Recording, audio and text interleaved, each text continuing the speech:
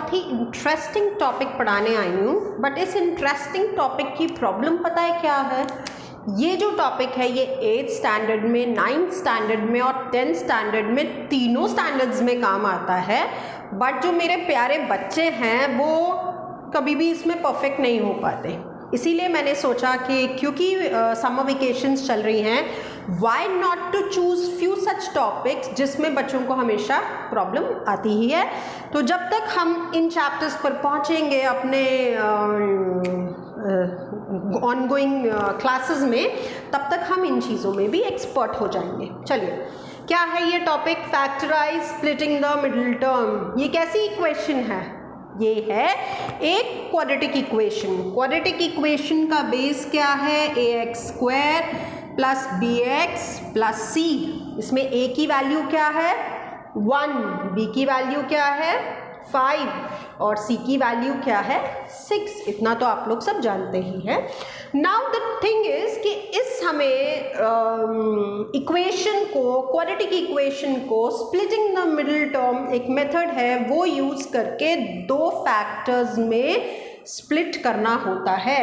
और जो बात बच्चों को एंड तक बड़ा वीक टॉपिक रहता है और जो हमें 10th स्टैंडर्ड में और 9th स्टैंडर्ड में सिखाने का टाइम नहीं रहता, वहाँ पर टीचर्स बड़े इरिटेट हो जाते हैं कि अरे 8th में तो पढ़ा था, अरे 9th में तो पढ़ा था।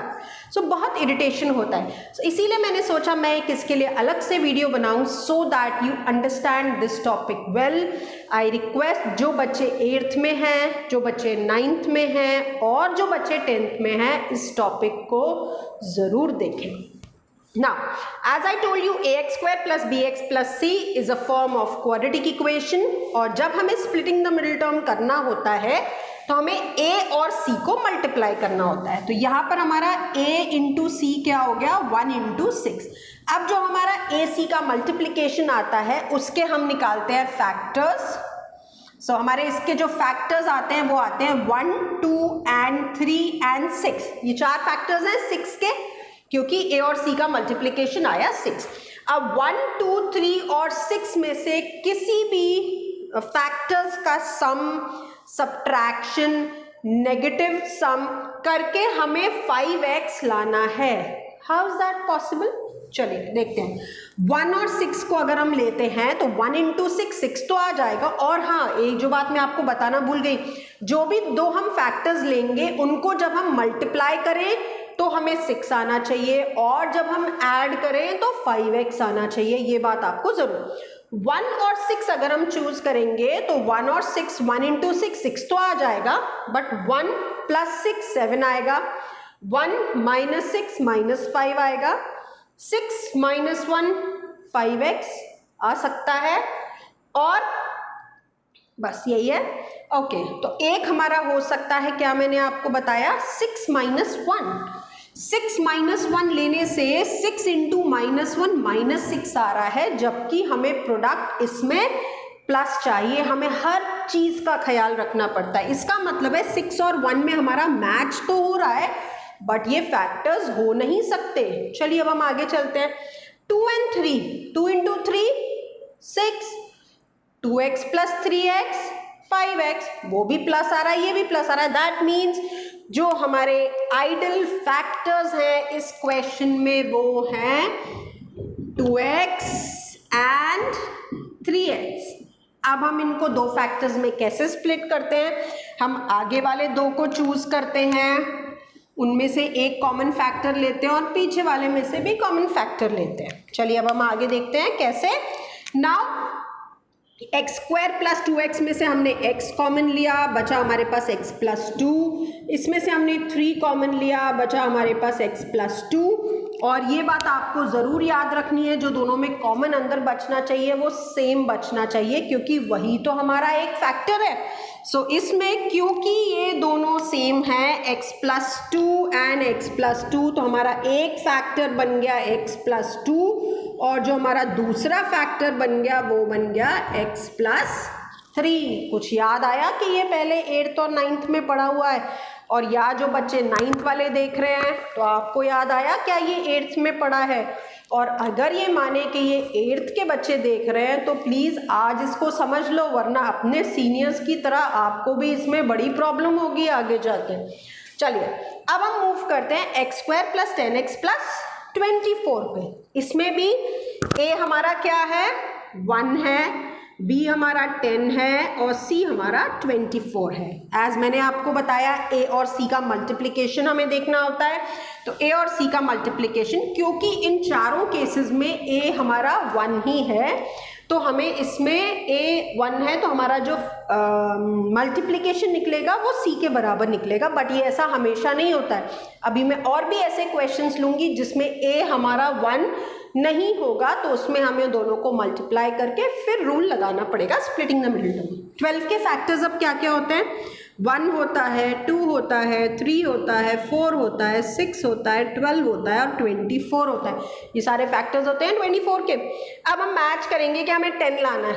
10 लाने के लिए 1 और 24 से तो 10 नहीं आ सकता, 2 और 12 से 10 नहीं आ सकता, 3 और 6 से क्या 10 आता है, 3 + 6 9 और 3 × 6 18 नहीं आता, 24 भी नहीं आता। 4 + 6 10 आता है और 4 × 6 24 भी आता है। Congratulations, we have got our factors. तो अब हम इसको यहाँ कैसे लिखेंगे, x square plus 4x plus 6x plus 24। हम सिर्फ इसी का स्प्लिटिंग फॉर्म यहाँ लिखते हैं, बाकी एज इट इज लिखते हैं। बट उसके बाद हम क्या करते हैं, इन दोनों को मार्क कर लेते हैं और इन दोनों को x स्क्वायर प्लस 4x में से हम x कॉमन लेंगे तो बचेगा x + 4, 6x + 4 में से जब हम 6 कॉमन लेंगे तो बचेगा x + 4। एज मैंने आपको बताया जो अंदर ब्रैकेट के अंदर आता है वो सेम आना चाहिए और हमारा तो सेम आ गया है। तो हमारा फर्स्ट ब्रैकेट होगा x + 4 और दूसरा ब्रैकेट क्या बनेगा, दूसरा ब्रैकेट बनेगा x + 6। तो हमारा x square plus 10x plus 24 का जो स्प्लिटिंग है वो हो गया x + 4 इंटू x + 6। चलिए अब हम मूव करते हैं अपने थर्ड पर। यहाँ पर थोड़ा सा डिफरेंस है, यहाँ तो बीच में माइनस का साइन है, तो अब हमें इस चीज़ का भी ध्यान रखना पड़ेगा कि जो भी हमारा एडिशन या सब्ट्रैक्शन फॉर्म आता है उसमें हमारे पास -17 बचना चाहिए। ओके, a और c का मल्टीप्लिकेशन क्या हो गया, a हमारा 1 है, b हमारा -17 है और c हमारा 16 है। तो a और c का मल्टीप्लिकेशन क्या हो गया, 1 × 16। सो 1 × 16 के फैक्टर्स क्या होते हैं, 1, 4 एंड 16। और कोई फैक्टर होता है क्या 16 का, नहीं होता है। होता है भाई, हम कैसे भूल सकते हैं, 2 भी होता है, 4 भी होता है, 8 भी होता है और 16 भी होता है। हमेशा मैम की बात पे हाँ में हाँ नहीं मिलाते, अपना दिमाग भी चलाते हैं।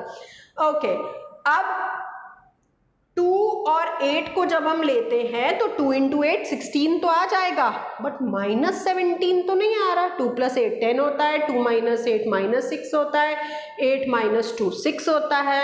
ओहो, ये वर्क नहीं कर रहा है। Let us take 1 and 16। 1 × 16 16 होता है, 1 + 16 17 होता है, बट हमें तो यहाँ -17 लाना है। बट हमें सिर्फ एक ही चेंज करना है, क्योंकि यहाँ -17 है तो हमारे जो फैक्टर्स होंगे वो हमारे -1x और -16x हो जाएंगे, क्योंकि -1 × -16 + 16 होता है। और जब हम इनको ऐड करेंगे -1 and -16 को तो हमें मिलेगा -17x, और वही तो हमें चाहिए। तो अब हम इन दोनों में से जब x को कॉमन लेंगे तो हमारे पास बचेगा x -1 अंदर, और इनमें से जब हम -16 को कॉमन लेंगे तभी हमारे पास x + 1 अंदर बचेगा।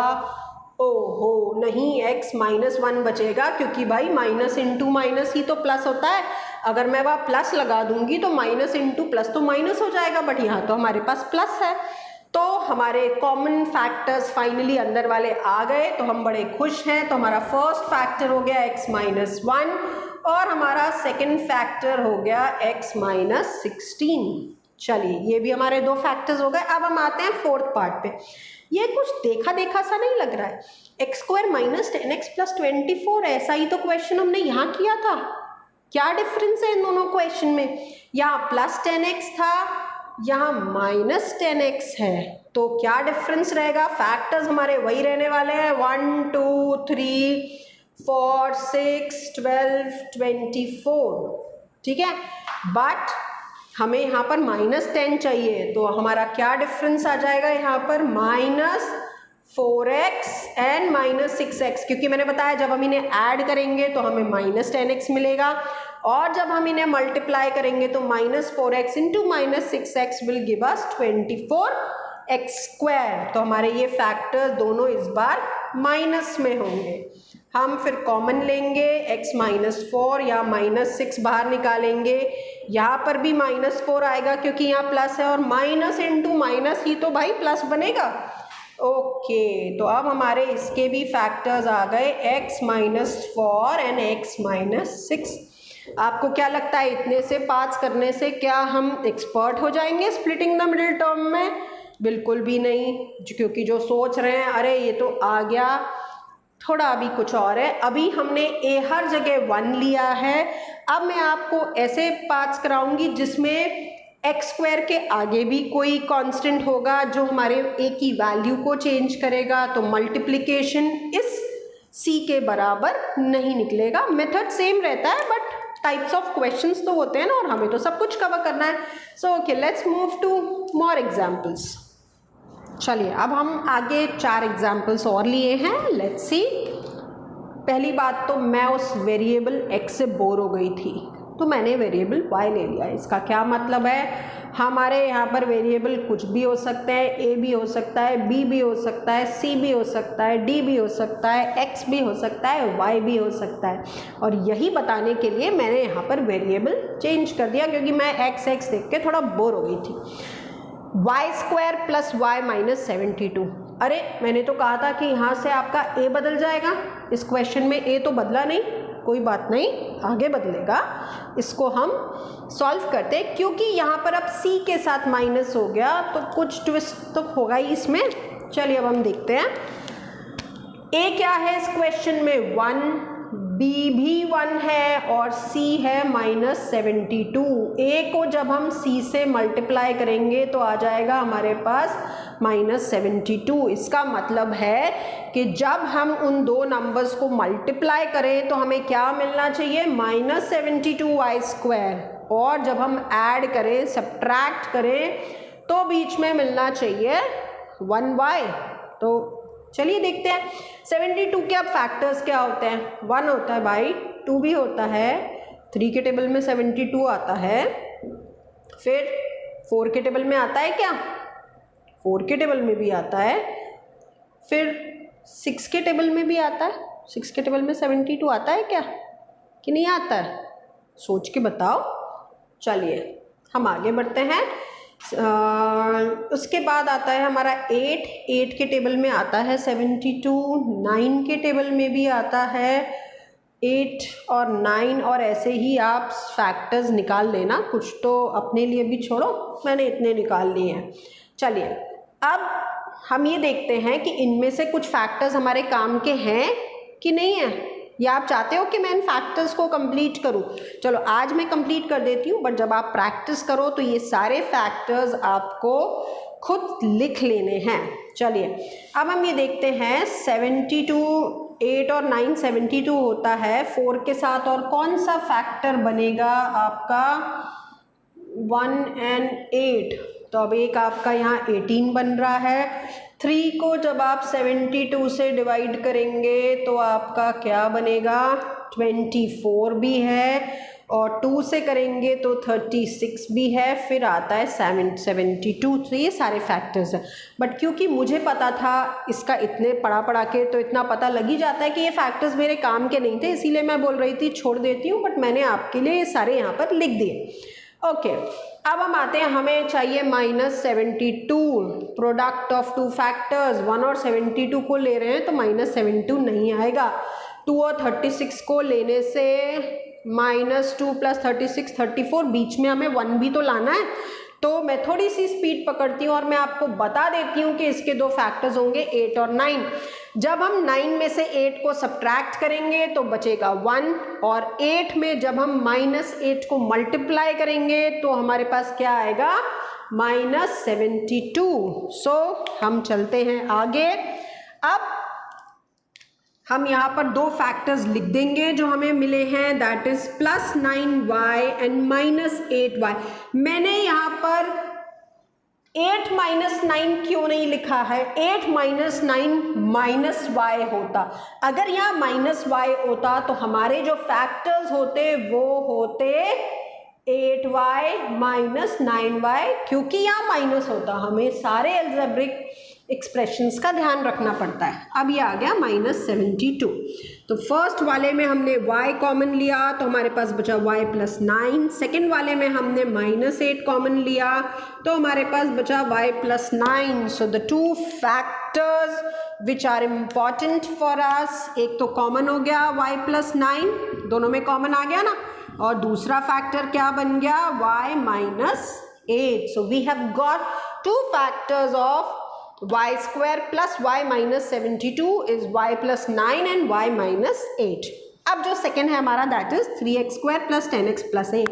यहाँ से आया कहानी में ट्विस्ट, a है 3, b है 10 और c है 8।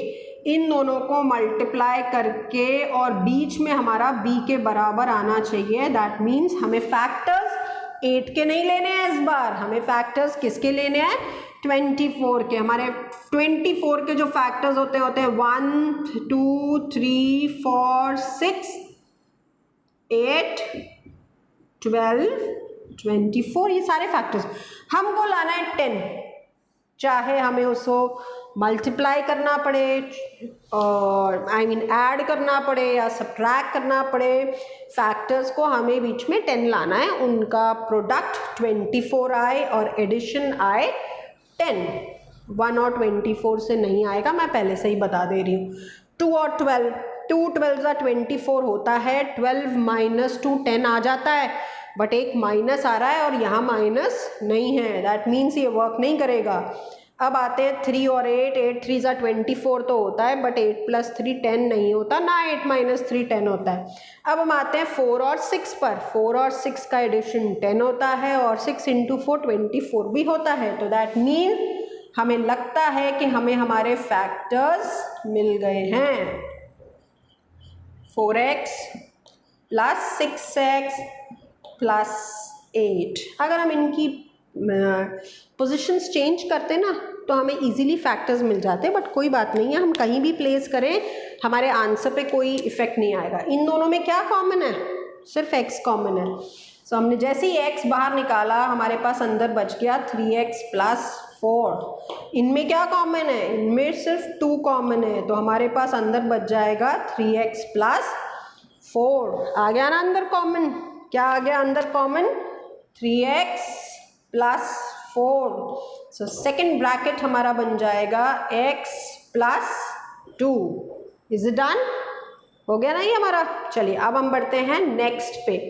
2x² + x - 45। Let's see, 2 a क्या है हमारा, 1 है कि 2 है, 2 है भाई। नाउ b है हमारा 1, c है -45। So a × c will be 2 × -45 90, that to -90। x से हमें -90 लाना है। चलिए अब हम इनके फैक्टर्स देखते हैं। 90 के फैक्टर्स क्या होते हैं, 1 2 3 4 के टेबल में नहीं आता, 5 6 के टेबल में आता है, देन 8 के टेबल में भी नहीं आता, 9 के टेबल में आता है, देन 10 के टेबल में आता है, एंड आगे चलता जाएगा। हम देखते हैं हमें लाना है 90 और बीच में आना चाहिए 1। एडिशन सब्ट्रैक्शन कुछ भी करना पड़े हमें तो 1 लाना है। सो 9 और 1 क्या होते हैं, 9 और 1 से क्या मिलता है, 9 - 1 नहीं आ रहा, 90 लाना है। सो सॉरी, 9 और 1 ना लेके हमें लेना है 9 और 10। 9 10 क्या होता है 90 और 10 माइनस 9 क्या होता है 1। अगर यहाँ माइनस x होता तो हम क्या लेते 9 माइनस 10, बट क्योंकि यहाँ प्लस है तो हम लेंगे 10 माइनस 1। सो हमारे जो फैक्टर्स हो जाएंगे वो हो जाएंगे 10x minus 9x। 10x minus 9x क्या आएगा प्लस x। तो ये सूट करता है हमें। यहाँ पर सारे फैक्टर्स हमें देखने होते हैं। कई बार फैक्टर्स का हमें मल्टीप्लिकेशन तो मिल रहा होता है दो फैक्टर्स लेके, बट बीच का जो b है ना वो मैच नहीं करता, तो वो हमारे फैक्टर्स होते नहीं है, उससे आंसर रॉन्ग आ सकता है। अब हम लेते हैं हमारे दो factors 2x square plus 10x, और ये इसमें हम कॉमन लेंगे 2x, हमारे पास बचेगा x प्लस 5। सेकेंड वाले में हम लेंगे माइनस 9 कॉमन, सो अंदर बचेगा x प्लस 5। ये हमारे कॉमन फैक्टर्स आ गए। x प्लस 5 एक है और दूसरा है 2x माइनस 9। समझ में आ रहा है ना।